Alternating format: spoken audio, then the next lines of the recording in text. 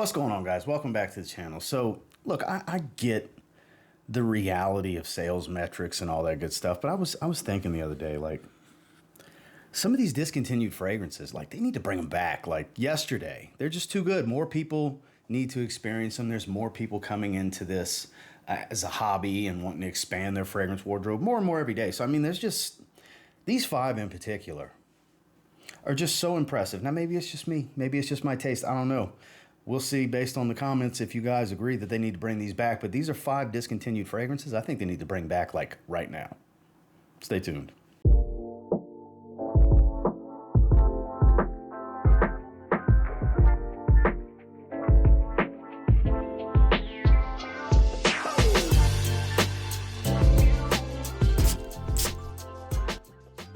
One of the freshest, most beautiful orange lemon citrus fragrances of all time. Mercedes-Benz Cologne, ladies and gentlemen. This was a hype beast and a half for a long time in this community. I was spraying it last night. In fact, I'm going to the gym here in a little bit. We're going to do 3 spritzes in the vein of Dior Homme Cologne. But honestly, I've always found it to be superior. It's got more going on. It's a little bit muskier. The addition of the orange to that lemonade smell, I think, enhances it. It's got more zest. It's a vibrant scent. It's a little bit more synthetic. It's not on the same quality level as Dior Homme Cologne, but it's not a big enough difference to matter. Performance is decent, too. I've always gotten average performance out of this one. It's gorgeous. It's literally in my opinion, one of the best citrus-dominant fragrances ever produced. And it's unfortunate that it's just, hell to find. You're going to pay a pretty penny from resellers on eBay and places like that if you want to get this fragrance. So I would strongly encourage, bring it back, Mercedes. Bring it back. There was no reason to discontinue it. It's just too good. It's Mercedes-Benz Cologne. Now, another one that I think not too many people would argue with me about this one because, in my personal opinion, it is the greatest Boss bottled fragrance to ever come out. It's a true representation of what the original scent profile would be if you intensified it and raised the oil concentration to Eau de Parfum. I said it all. It's in the name. Boss bottled Intense Eau de Parfum. A true darling. There's an inspired fragrance from Fragrance World at this point that's really close. Don't get me wrong. But the magic's always in the original. This is just too good. That warm apple pie, cinnamon smell, woods, smooth, sweet. It's so much better than the original. This is such a great fragrance. Phenomenal performance. Smells exactly like the original if you ramped it up. It's that simple. It's the greatest, in my opinion, of course, the greatest representation of a properly named flanker. I mean, Intense Eau de Parfum. It is that. It is that. It's so good. It's a great performer. It's warmer, smoother, sweeter, and smells exactly like the original, just better. There's a ton of great Boss bottled flankers, but none of them will ever hold a candle to this. Hugo Boss, we need this back like a week ago. Boss bottled Intense EDP. Now, not everybody will agree with me on this, but, I love this line.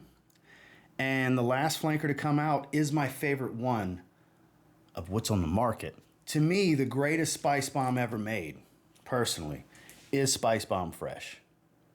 Because it really smells like the original, just fresher. Enhanced citrus, a little bit of sea salt. It doesn't really lose much in performance. I've seen people say it's weaker to them, like they watered it down and all that. I think they freshened it up, and I honestly have always gotten similar performance to what I get out of the original.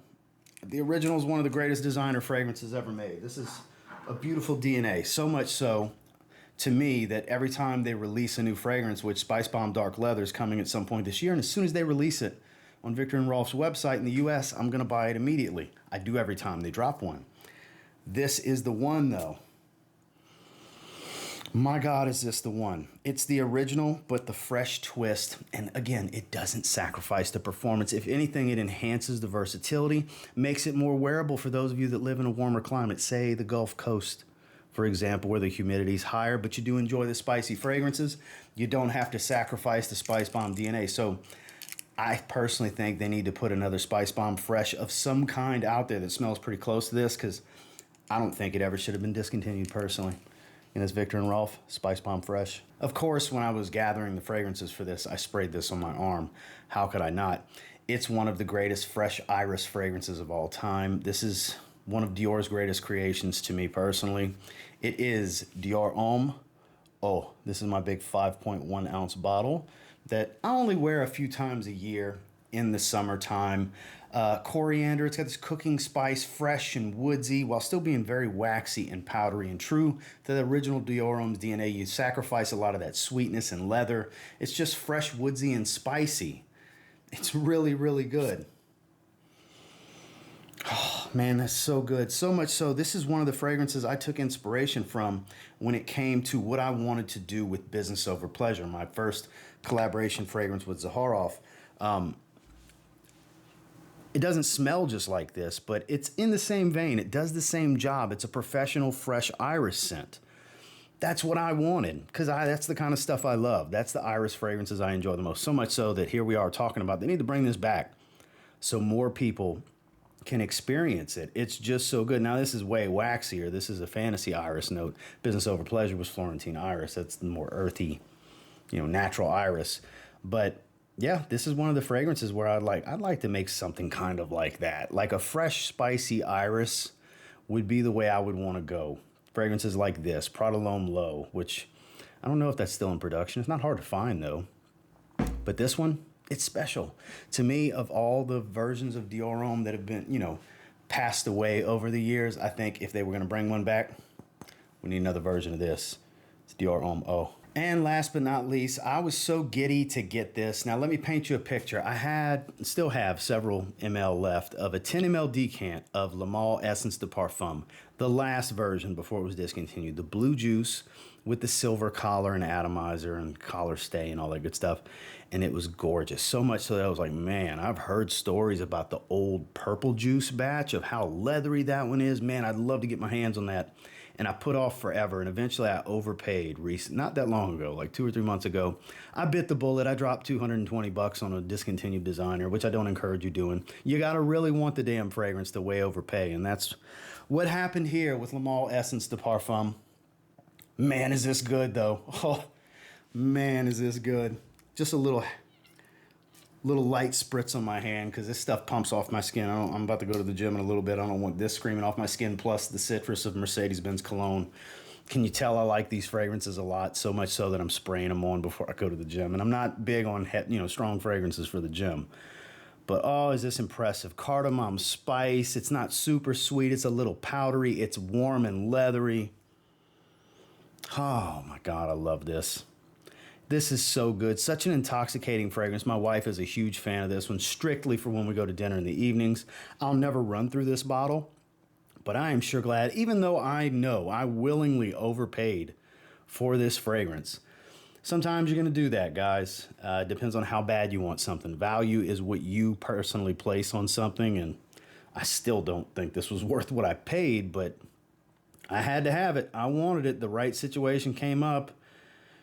Man, I wish it was back in production. I wouldn't have had to drop $220 on it. It would have been a lot nicer to drop $100 because these Lal Flankers 4.2 ounce bottles, they around $100 normally from discounters. And at one time, this was that or less. But yeah, 2016 batch, this is good stuff. If you like cardamom and leather, you want one of the more seductive twists on the profile of Lal that they've ever put out. Man, they need to bring this back so more people can get it. So you too don't have to drop $220 if you want this fragrance. I wouldn't advise it. It wasn't the smartest move. But boy, I'm glad I did, though. Bring it back, Jean-Paul Gaultier. Lal Essence de Parfum. Well, that's the 5 that I wanted to cover today. We could have did more than 5, but I wanted to keep it relatively short and sweet. And until next time, do me a real quick favor. Go ahead and like, comment, subscribe, because I do appreciate all the feedback and I love hearing from you guys. What's some discontinued gems that you would love to see them bring back? I mean, recently, European exclusive on Paco Rabanne's website, they brought back Invictus Aqua 2016. And it literally says in their listing, we heard you. So, hey, maybe if we bark loud enough, loud barking dogs do get attention sometimes. Maybe if we bark loud enough, we might get our wish. You never know. But until next time, I will say if you get your hands on any of these 5 and you give them a spray now, you might end up thanking me later. Who knows? Have a good one, guys.